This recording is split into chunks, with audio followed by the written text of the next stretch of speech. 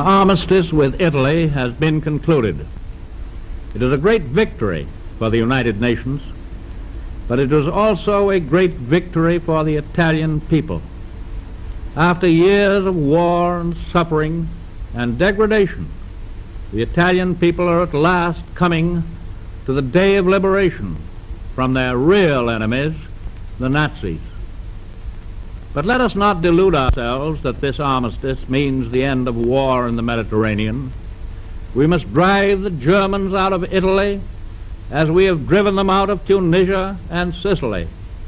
We must drive them out of France and all other captive countries. And we must strike them on their own soil from all directions. Our ultimate objectives in this war continue to be Berlin and Tokyo. I ask you to bear in mind that these objectives mean that we have still a long way to go before attaining them. The great news that you have heard today from General Eisenhower does not give you license to settle back in your rocking chairs and say, well, that's over. We've got 'em on the run. Now we can start the celebration. This war does not and must not stop for one single instant. Our fighting men know that. Now it is your turn. Every dollar that you invest in the Third War Loan is your personal message of defiance to our common enemies, to the ruthless savages of Germany and Japan.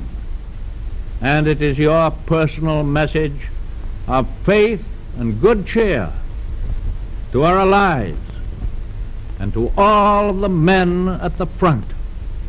God bless them.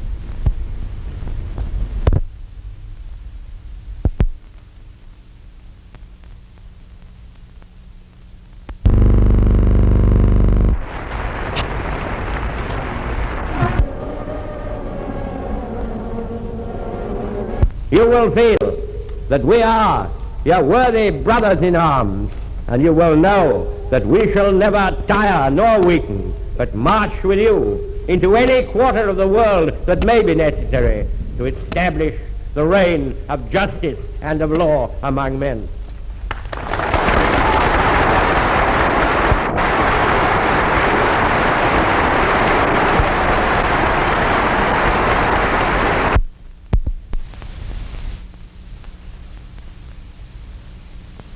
An attack on the German war machine with no frills.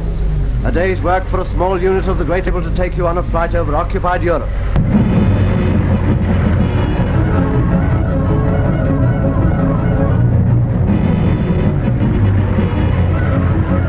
The streets and roads of France.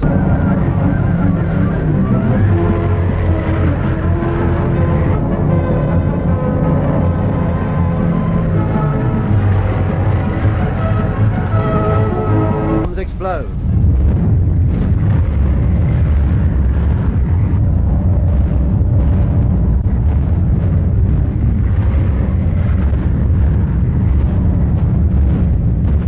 Over Europe. In the years when we were at peace, Germany was all terrorized people from Guernica to Chungking. See poetic justice born in triumph on those black wings.